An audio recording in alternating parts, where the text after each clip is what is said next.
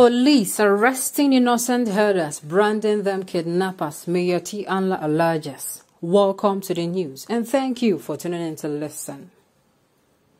One of the umbrella bodies of herdsmen in Nigeria, the Miyetti and Ķ²Đn, has alleged that policemen along the Abuja-Kaduna Expressway are arresting innocent Fulani herders, branding them as kidnappers and forcing them to pay huge amounts of money as bail. National Secretary of the group, Þ0LIC, penciled this allegation in a statement on Friday. The statement was titled, Arbitrary Arrest and Criminal Extortion of Fulani Herders.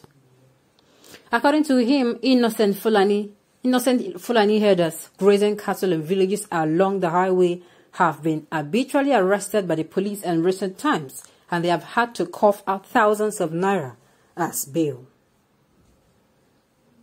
The spokesman said constitutionally bail is free, but for police personnel at Katari police station situated along the Abuja-Kaduna Expressway, bail is for the highest bidder. Suspects are forced to either pay for their freedom or they are tortured. The police personnel are going about abducting our herders, branding them kidnappers or robbers, and forcing them to pay bail under torture. Our herders who are undertaking their lawful ventures have been victims of this arbitrary arrest and demand for bail. Many relatives of these herders have forcefully coughed out 200,000 to 1.5 million naira to bail out their subjects from the hands of these police officers. This is unacceptable, and we demand immediate action. While we have already informed the police headquarters of these happenings, we felt it necessary to also let the world know this. In view of this growing hatred, stereotyping and prejudices against our herders and Fulani ethnic group and the country, the statement read in part. Al-Hassan urged the police hierarchies to clamp down on the personnel allegedly involved in this act.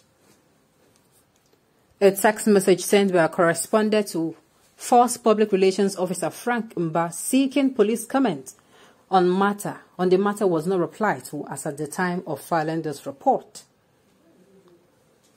The Abuja-Kaduna Expressway is infamously one of the volatile highways in the country, notorious for kidnapping, banditry, and other heinous crimes.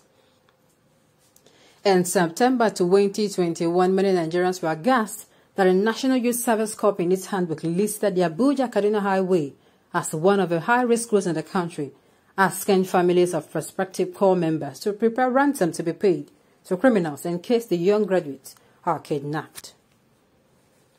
A number of corps members have been kidnapped in recent months. The rate of kidnapping on major roads have forced many corps members to abandon road transportation and opt for air and road transportation to connect their base to their state of posting, which is usually outside their geopolitical zone.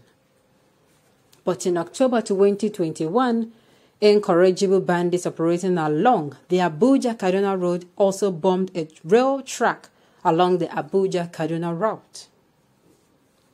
A Nigeria Railway Corporation train was subsequently attacked by the bandits, and the driver of the train and the passengers had escaped by a whisker. Many Nigerians are extremely disappointed in the regime of the President, Major General Muhammadu Buhari, retired, who rose to power on the heels of combating the security challenges plaguing the country in 2015, but the situation seems to have been aggravated in the last 6 years.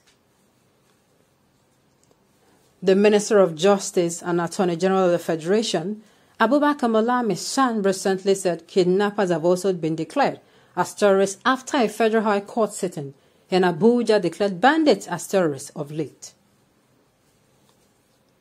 But beyond rhetorics and media grandstanding, many Nigerians want quick prosecution of kidnappers, insurgents, and terror financiers, including over 400 bureau de change operators arrested in Kano, Borno, Abuja, Lagos, Sokoto, Adamawa, Kaduna, and Zamfara, whose files have been in the office of the Attorney General of the Federation since the beginning of 2021. First of all, a lot of people will come out and say, oh, they are now innocent Fulani. Before I go into that, They said in another part of the country the bill is. For which other part? There is nobody that is in Nigeria that do not know. In fact, in almost everywhere, there is always the scenario that something will happen and the perpetrator of the act will go. Let's say people come and they rob and those armed robbers will leave. The police will come, pick up innocent citizens that called them and throw them into jail. If these citizens now want to go home, they'll say, okay, pay bail. Bail has never been free. Never. Even though that you have never ever in your life took to arms and you don't have a criminal record. That is how bad it is in Nigeria. So it is not just in the north. There has to be a rehabilitation. In fact, there has to be a thing it has to be in such a way that these people, anytime they harass you and they do anything against you, they should be made to face the law. Even at the mid this year, I think in June, July, there was this advertisement on the radio that they say torture is now a crime. And I'm saying, really? When Nigerian police and security operatives will see you, take you for whatever reason, when they know that you are not a person who likes trouble, you have not committed any crime, you don't pose any danger, arms or ammunition are not found on you, yet they take you and torture you. And yet, I'm still asking, if that is the case, then does it mean that this law or all Nigerian laws are just existing on pen and, on ink and paper? Why a lot of people come out and say, oh, they don't have innocence? Yes, it is always noted that, there's always going to be good, bad, and ugly. You cannot take that away. There cannot be 100% good people. Why it is also not right for the police officers to come and to make life a living hell. People are struggling, and you are collecting funds for your pockets. Let me say this now. So many people in Nigeria have the belief that police